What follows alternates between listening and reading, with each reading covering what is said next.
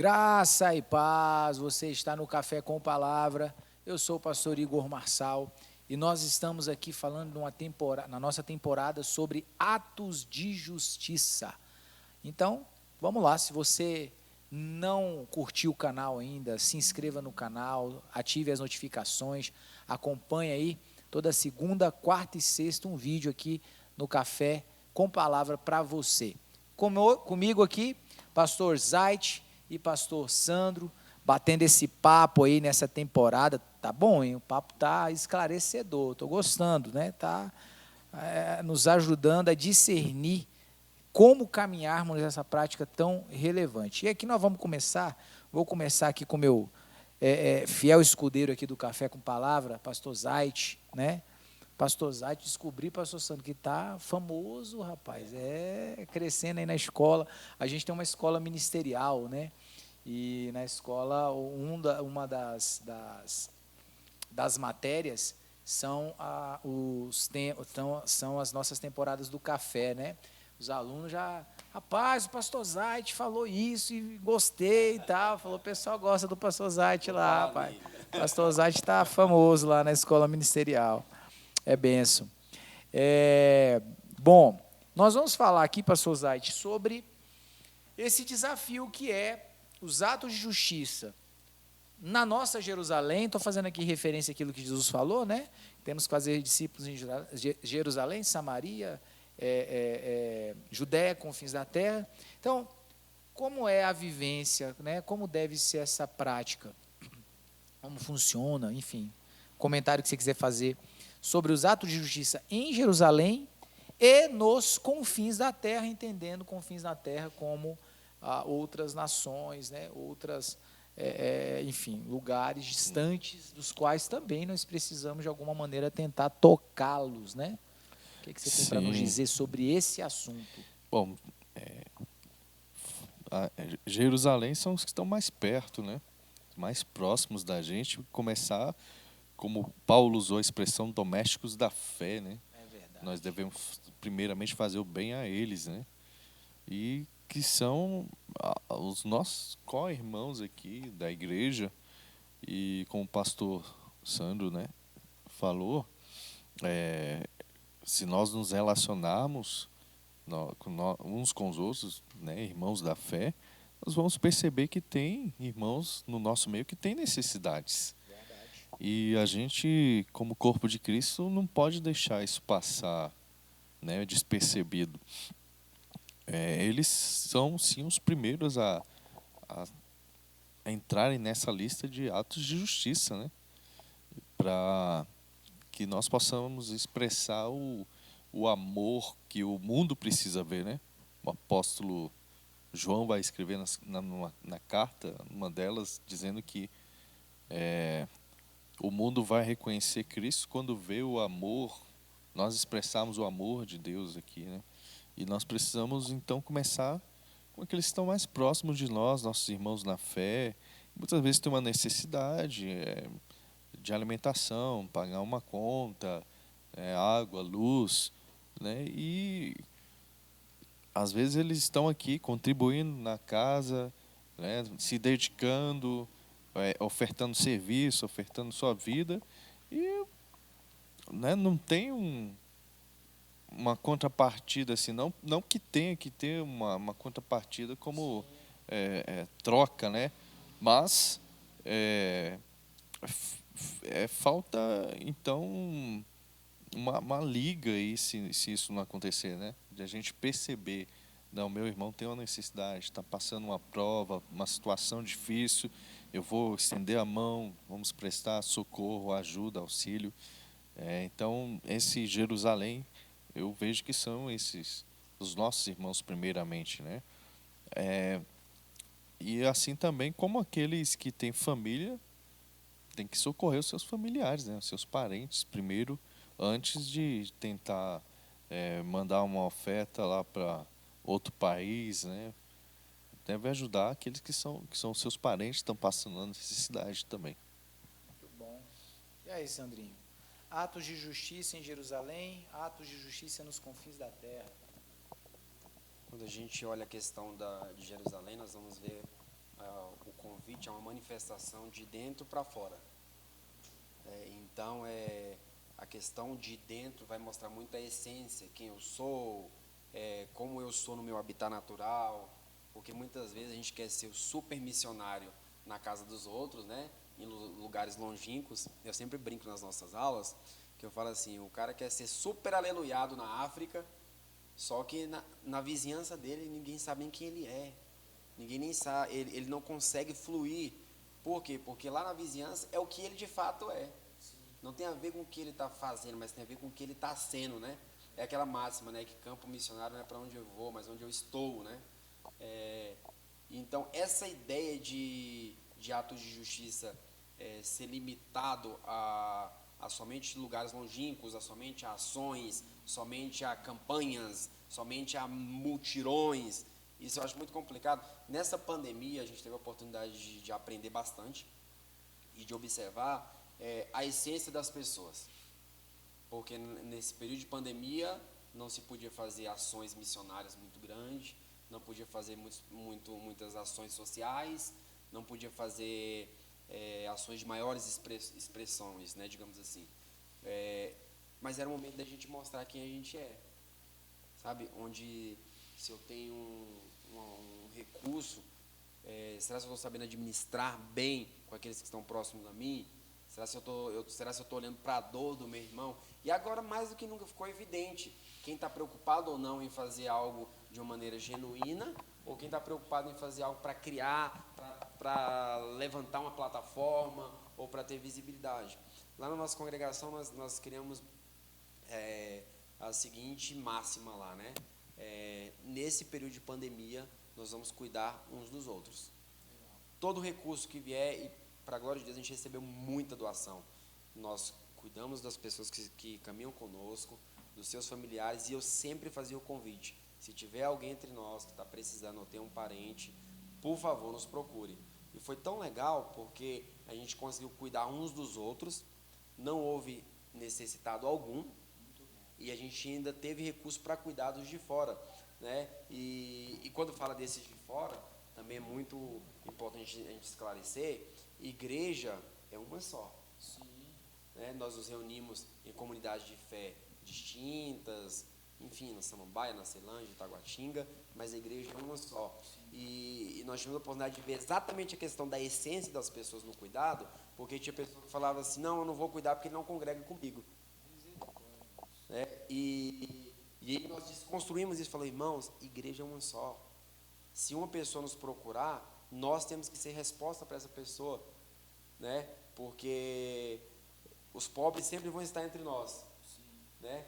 Os órfãos, as viúvas, mas aqueles que vierem até nós, nós temos que dar uma resposta para aquilo, porque eu entendo que nós temos que ser Cristo para aquela pessoa.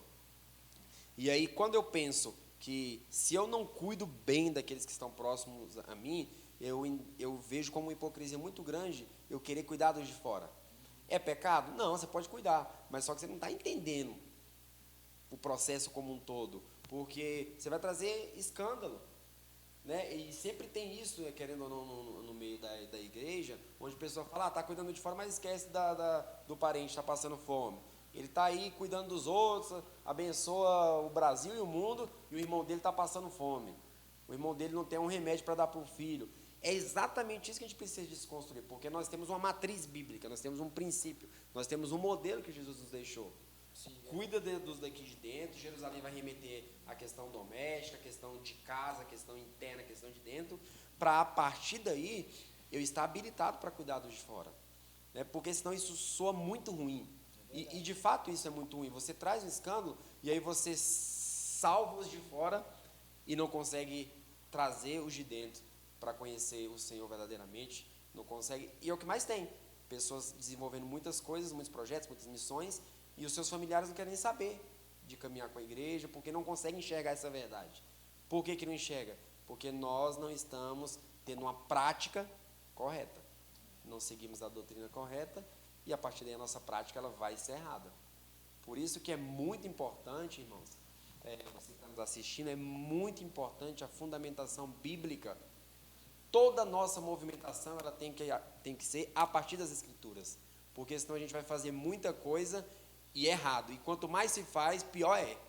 Já viu? Aquela coisa que a pessoa está fazendo, quanto mais ela faz, quanto mais ela fala, pior é. Porque ela está se movendo de uma maneira errada. Nossa fundamentação ela tem que ser bíblica, para que a gente não venha fazer coisas erradas achando que está fazendo certo.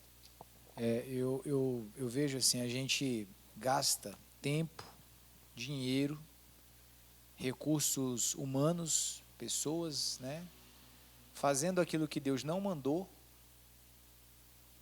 em nome dele, e quando chega a hora de fazer o que ele mandou fazer, já não tem tempo mais, Tá cansado? o dinheiro acabou e o vigor das pessoas já se foi. E é muitas vezes por conta disso que o nosso cuidado, o nosso zelo com todos esses aspectos, essas camadas, às vezes não chega até onde deveria chegar, né? Porque a nossa organização é ruim, a nossa administração é ruim. E não só no que tange a questão de dinheiro, de recurso financeiro, mas como a gente já falou várias vezes aqui, atos de justiça não tem só a ver com dinheiro e comida. É muito mais coisa. Não é? É aquilo que a pessoa necessita, é aquilo que está pressionando ela, é a angústia dela. A angústia de Zaqueu não era dinheiro. A angústia de Levi não era dinheiro. Né? A angústia de tantos outros não era essa, era outra coisa que Jesus precisou atuar para poder modificar ali a realidade que aquela pessoa estava vivendo. Então, nós temos que ter, no meu entender, né, percebo que a gente precisa amadurecer nesse sentido, né, como igreja.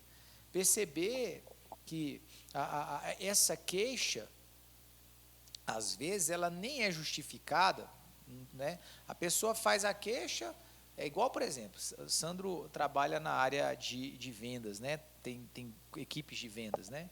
E não é incomum, provavelmente, lá nas equipes que você gerencia, que chegue algum cliente reclamando de alguma coisa. E aquela ideia, aquela máxima muito ultrapassada no âmbito da administração de que o cliente tem sempre razão, isso já acabou há muito tempo. Não é? O cliente ele nem sempre tem razão. Na verdade, a maioria das vezes não tem. Ele certo, né? Tem sempre razão. Ele certo, ele tem sempre razão.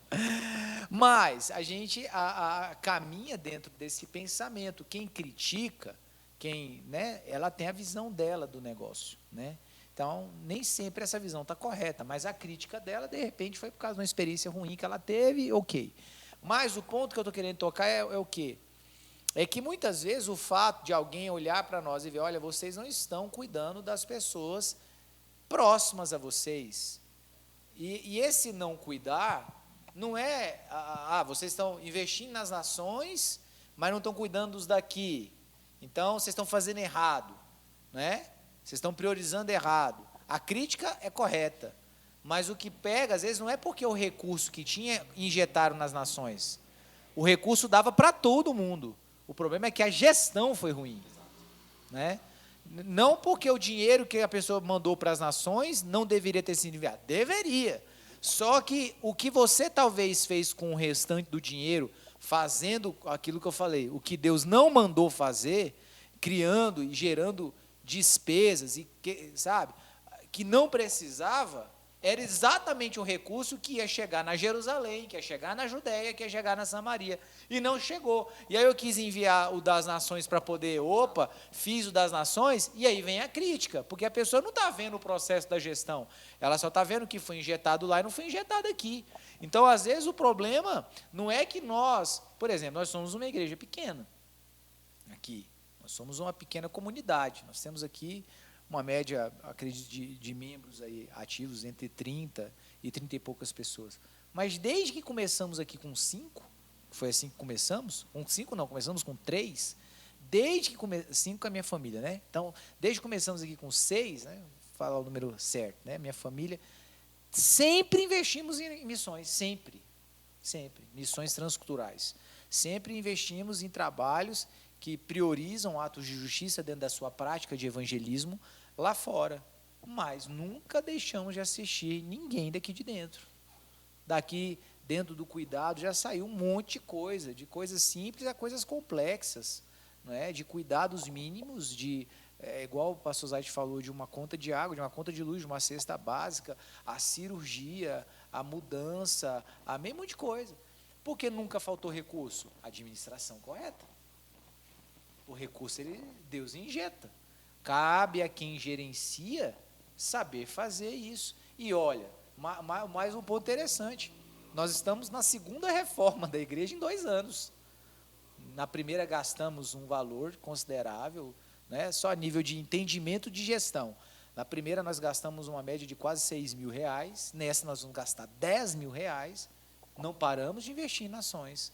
Não paramos de fazer o cuidado com o trabalho de assistência às pessoas que precisam ter. Mas por que isso? Porque nós estamos aqui vivendo... Não, gestão. Se o Senhor nos coloca, nos potencializa a cumprir o seu chamado, eu sempre ouvi uma palavra e sempre criei muito nela. Quando Deus dá a direção, Ele paga a conta. E eu posso afirmar que isso é cirúrgico e real. Por quê? A gente tem visto agora. Quando eu digo eu, a equipe que trabalha comigo, nós precisamos ser o quê? Equilibrados na gestão. Então, não é que a gente tem que abandonar Jerusalém para cuidar dos confins da terra, nem esquecer os confins da terra, porque Jerusalém está necessitado. Não. A gente tem que aprender a usar o recurso que Deus envia com integridade, com honestidade, que dessa maneira eu tenho completa convicção que nós vamos conseguir fazer tudo. Se eu fizer o que Deus mandou. Se eu não sair fazendo loucura. Vamos colocar aqui 30 mil de som. Para que eu vou fazer 30 mil de som aqui, meu Deus? Não tem. Tá bom que tem. Resolve. Isso, você vê essa questão de gestão de recursos, lá em Atos 3, Atos 4, vai falar exatamente sobre isso. Porque existia o recurso estava chegando, só que a distribuição não estava de maneira correta. Sim. E aí houve uma contenda entre os estrangeiros e o povo viúvas, né? O povo judeu não estava judaicas e aí o que Deus fala? Levanta homens cheios do Espírito Santo, capazes de cumprir esse papel. E aí foi quando houve a gestão dos recursos, da provisão. Nesse período de pandemia, nós vemos uma situação muito interessante, triste, mas interessante, onde uma pessoa de uma congregação X, as pessoas da congregação estavam definhando, exato, porque o momento, pessoas não estavam trabalhando, o recurso só veio depois, a questão do auxílio emergencial veio depois, e a pessoa não tinha recurso, não tinha provisão para cuidar da sua casa, e aí ele procurava o pastor da igreja local. E o pastor falava, rapaz, eu não posso, porque a gente investiu muito no som, no prédio, na reforma, na estrutura, no azulejo, na cerâmica. É exatamente isso que você está falando. Dinheiro é dinheiro, né? O recurso, eu acho que a gente, enquanto igreja, a gente não pode reclamar, porque o recurso, ele chega. Nós também somos uma congregação pequena, e o recurso nunca deixou de chegar. Ele chega. O problema, às vezes, esses dias eu estava num fórum, foi até lá na Vivo Positivo, a gente estava falando sobre isso, que nós pecamos ao fazer a gestão do recurso que Deus manda para nós. Nós pecamos porque é exatamente isso que você falou. Deus enviou o recurso, mas onde que eu apliquei? O problema está na má aplicabilidade. Né? Nós não podemos reclamar, o dízimo não está chegando, a oferta não está chegando, e aí é que entra o escândalo, aí é que entra o problema, porque, é igual você falou, não é que é uma troca, mas o irmão que é fiel, o irmão que é íntegro, o irmão que está ofertando, o irmão que está dizimando, no mínimo ele espera o seguinte, na hora que eu não tiver o leite para minha filha, lá na congregação eles vão suprir. Sim. Porque eu sei que eu sou dizimista, fulano é dizimista, o outro é dizimista, o outro é ofertante, e eu sei que eles vão cuidar de mim. Aí quando chega o momento para a igreja prover, não tem. Porque tem que pagar o ar-condicionado, está na 8ª parcela, porque o pessoal está sentindo calor dentro do culto. Entende que essa questão da gestão do recurso, ela é muito delicada, e nós precisamos aprender a gerenciar isso aí. Porque agora o que está acontecendo, né? Imóveis luxuosos desocupados, desse jeito, porque a igreja e as pessoas de fora começaram a esperar, cadê a resposta? A própria congregação começou a falar bem assim, opa, meu filho está passando fome, minha esposa está passando fome, eu preciso do meu remédio controlado, eu preciso do meu remédio que não tem na farmácia popular. Fiquei desempregado, crise. Igual a gente vivenciou agora, pessoa que trabalha há 20, 30 anos, nunca ficou desempregada, agora ela ficou desempregada. ela precisa pagar o aluguel, ela vai ser despejada com 3 filhos. Aí é na hora que a pessoa bate lá na porta da congregação e fala, pastor, preciso da ajuda. Ixi, irmão, não posso, porque a gente melhorou Virou o som. cadeira almofadada. O que aconteceu? Eu estou vendo isso de amigos meus, vendendo a estrutura de porteira fechada. Olha aí. Com cadeira, som, tudo. O que é isso? Eu tenho muito temor, sabe? Eu tenho muito temor nesse sentido. E eu falo, a gente hoje está num templo pequeno porque eu tenho muito temor. E eu sei o chamado que Deus tem para a nossa vida. E eu não tenho coragem de trazer um luxo maior para a estrutura do meu templo. Tem as reformas básicas, tem que fazer sim, é óbvio. Mas eu não tenho coragem de investir dessa maneira, porque eu sei que na hora que o irmão estiver passando fome e ele bater na minha porta, eu vou ter que estar com recurso para atender. Eu enxergo isso, a minha Jerusalém ela tem que estar bem cuidada, né? E é o que está acontecendo aí. Aí aconteceu o quê? Muitas pessoas de suas congregações não voltaram pós-pandemia. Opa, o culto está liberado, não posso, estou com medo. Não voltaram, literalmente não vão voltar. Por quê? Porque no momento de necessidade, a Jerusalém estava descoberta. Então eu creio que a gente aprende muito com isso. Nesse período de pandemia, a gente tem que aprender a aplicar melhor o recurso. E nesse sentido, só para a gente fechar, é importante mais as pessoas entenderem, a gente, Sandro, também tem esse tipo de atividade, isso aqui é um conselho, na verdade, que a gente vai dar aqui, que eu quero dar. A gente que, de alguma maneira, né, tem contribuído também com outros pastores, né, na sua atividade pastoral, que não é fácil, então a gente precisa se ajudar, ninguém pode andar só, nós temos que andar junto. Um conselho eu deixo: administração não pode ser só de uma pessoa, nunca, nunca. Contas da igreja tem que ser pública, tem que ter gente vendo, tem que ter pessoas envolvidas, tem que ter conselho, não é? A probabilidade da gente errar, não estou dizendo que o pastor vai ser desonesto, não é isso, mas nem todos nós temos uma formação adequada no âmbito desse entendimento de lidar com recurso, não é? A gente dá palestra para ensinar pessoas a lidar com recurso pessoal, a pessoa não sabe gerir o próprio dinheiro, né? E como é que vai lidar com recurso nesse nível, cara? Né? Então, não ande só, tenha pessoas perto de você, pessoas de confiança, pessoas com responsabilidade, íntegras, sabe? Deixe as contas da igreja acessível a quem quiser, não pode ser escondido. Para mim, se está escondendo, é porque tem coisa errada. Não é? Ah, não, pastor, não gosto de colocar relatório. Não precisa colocar relatório na parede, não é disso que eu estou falando, mas deixa acessível. Se algum membro quiser ver, não, pastor, eu queria ver. Opa, está aqui, irmão. Pois não, por gentileza, pode ver, não tem problema. Não há nada oculto, não há nada secreto. Se eu escondo as contas da minha igreja, alguma coisa está errada.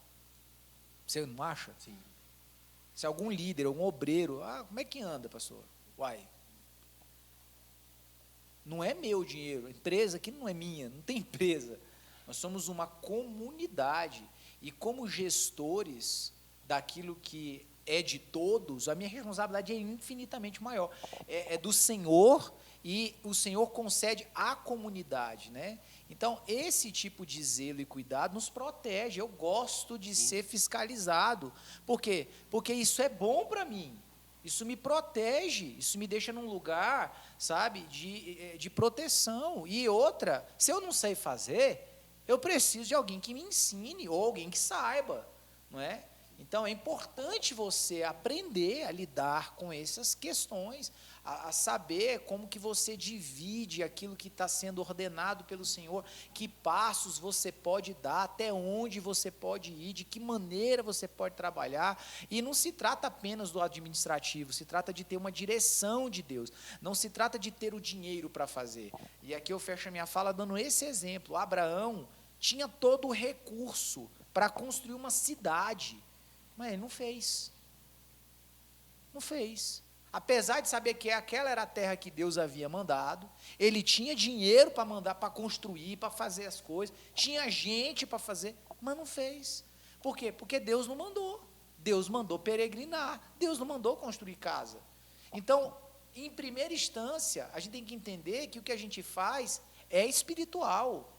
que há uma direção de Deus, que há uma palavra diretiva de Deus, faça, não faça. Então não se trata apenas de você ter dinheiro, porque às vezes o que o Senhor te confia vai ter um fim. Um exemplo, nós temos um pastor na MCM, isso já tem anos, uma igreja muito próspera, mas um pastor desse modelo que eu estou falando, sério, íntegro, com uma equipe madura com ele ali, e uma igreja muito rica, e eles estavam juntando recurso para poder comprar um lote e construir o seu salão, que era alugado até então. Por quê? Igreja totalmente direcionada, atos de justiça, a Jerusalém cuidada, a Judéia, os confins da terra apoiavam muitos projetos missionários, e eles estavam lá já chegando no montante de algo beirando ali os R$500.000, juntando uma grana para comprar e construir o local, porque eles queriam sair do aluguel, que pagavam lá, sei lá, uns R$20.000 de aluguel, a igreja é grande. Só que houve uma situação de emergência nas nações. Ele entendeu que aquele recurso era para aquele fim. Trouxe o presbitério dele e falou, ó, tem a situação lá, nós temos o dinheiro, para nós ficar aqui não vai mudar nada, nós temos condição de pagar o aluguel e permanecer aqui, a questão de comprar e construir era apenas para não ter o aluguel, mas esse aluguel não faz, assim, não é algo que a gente está desconfortável, a igreja está instalada, e aí? Não, pastor, vamos colocar esse valor lá, e foi o dinheiro integral para lá, falando, agora nós vamos juntar de novo, se chegar daqui, comprar ou não, tanto faz. Ou seja, se move pelo propósito, não pela estrutura, não pelo status, não pela... É disso que se trata, a obra, ela é espiritual. E se a gente não tiver o discernimento, a gente vai colocar os pés pelas mãos e vai fazer o que não tem que fazer. Vai criar estruturas que não deve ter, a gente não se move pela estrutura, eu falo isso muito aqui na Elim. Nós temos estrutura por necessidade, não por propósito. O propósito é a comunidade, somos nós. Se precisamos de uma estrutura, vamos ter. Se não precisarmos mais um dia, a gente não tem. Não nos movemos pela estrutura, mas nos movemos pelo propósito. Então, é isso, queridos. Jerusalém, confins da terra, tudo é de nossa responsabilidade. Com diligência, poderemos alcançar todos esses ambientes, cuidar de todos esses ambientes, com plena ajuste e eficácia da parte de Deus. Basta que façamos o que Ele manda e não o que a gente acha que Ele quer. Amém? Que Deus abençoe a sua vida, fique na paz.